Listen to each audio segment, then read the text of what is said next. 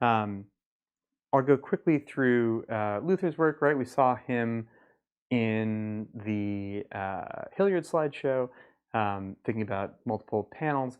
One of the things that he does that I think is relevant to our thinking about cubism is the way that he's taking different elements and like collaging them together, right? The tape, the images put one on top of another, the sort of lo-fi nature of them, the materiality of these photographs is important to the assignment that we'll be doing. Um, so, think about that a little bit. Think about the way that bringing photographs together is similar or different to bringing other stuff together.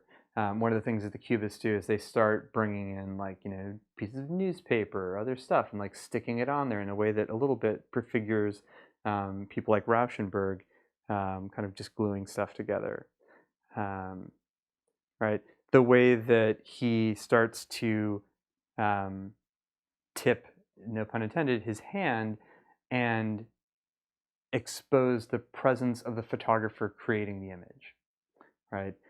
Again, in that idea of getting away from a virtual reality or a mimetic presentation, right? If it's not reality, then someone must have made it, right? Who is the author of that? And in Cubist abstraction, you understand the paintingness of the painting.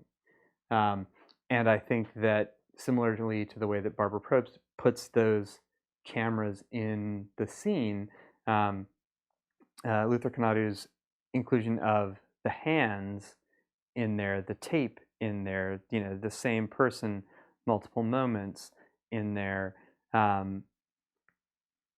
shows that the photographer is there bringing these things together, right? It's not just a perfect rendition of reality. These two are fantastic, right? Like there's these two sort of either different photographs of the same almost moment or two prints of the same moment brought together.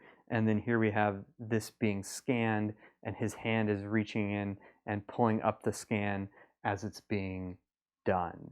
So you have like this additional hand intruding into that space. You have this great like Sistine Chapel reaching moment, the gaze over there toward the hands. Just fucking fabulous. Okay, Annegret Soltau.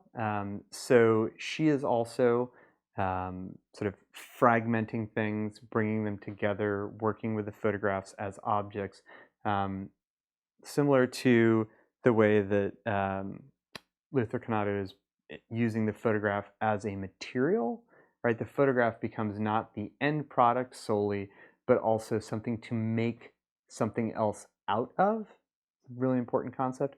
Annegret Soltau is doing something similar, right? She's taking these photographs of bodies, faces, body parts, cutting them out, tearing them out, and then stitching them back together. So these are like, photographs of nostrils sewn behind photographs of faces. And again, right, it's kind of lo-fi. It's a little bit more crafty, like, sort of like artsy craftsy. It's also like, I gotta say, like really going back and forth between like funny and gross, right? Like they are bodily, right? They are of the body, but they are also sort of in that way that like, the body has like, dimples and warts and holes and snot and whatever, right? Like that's something that these photographs get into, and I think that that means that she can raise issues around idealized feminine beauty, society's like perception of how we should look, the reality of the body and how we often sort of shy away from that, all of that kind of stuff. There's also sort of this like Frankenstein's monster aspect of these faces sewn together. Anyway, so again, I have a link to her stuff if you want to take a look at it. Just the idea of taking the photographic prints and making something out of them, I think is really important, right? We are now living in a moment where making prints of things is not a complicated endeavor, right? You have to go to a darkroom and spend like 5 hours to get like 3 prints, right? You can go order a print, print it out. You can go to a laser printer, print it out. You can get a printer at home, print it out. All these things, super easy, relatively inexpensive compared to the history of photography, super fast compared to the history of photography. And so we can start to use photographs as a material to generate work from rather than simply an end in and of themselves. I think it's a really interesting idea and something that you should think about.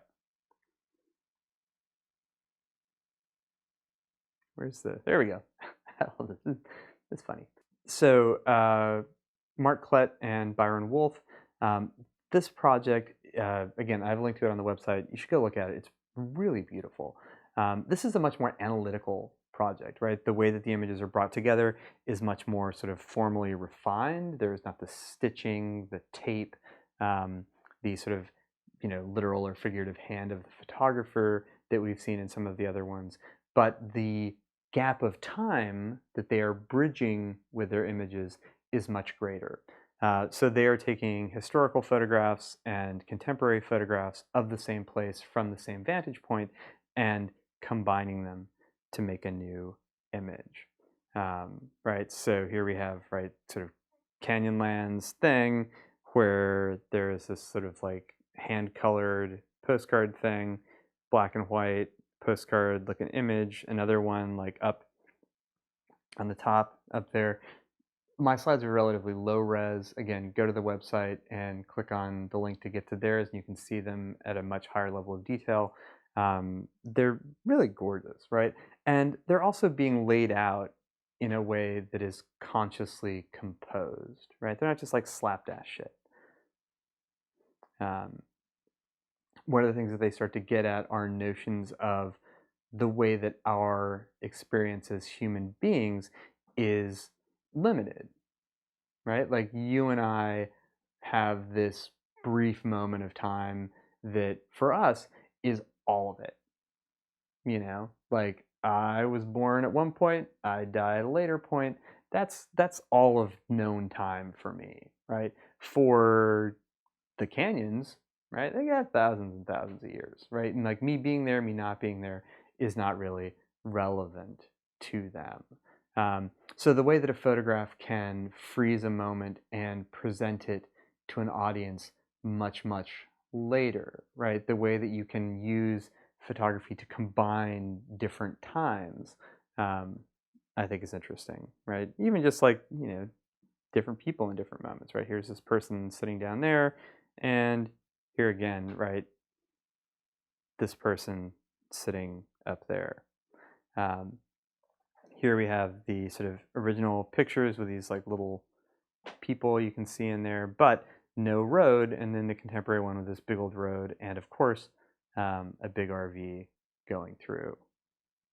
And that's where they start to like all these pictures together into this almost like, fireworks of collage.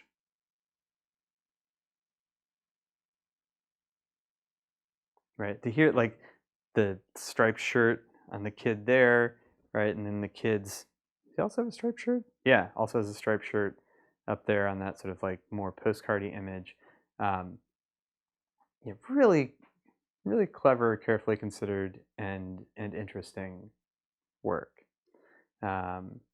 So also using the picture as an object, also using the picture as material, also talking about multiple moments, the passage of time, duration, all these things that I think are fundamental to a lot of what we're going to talk about. So next up, I'm going to go into a little bit of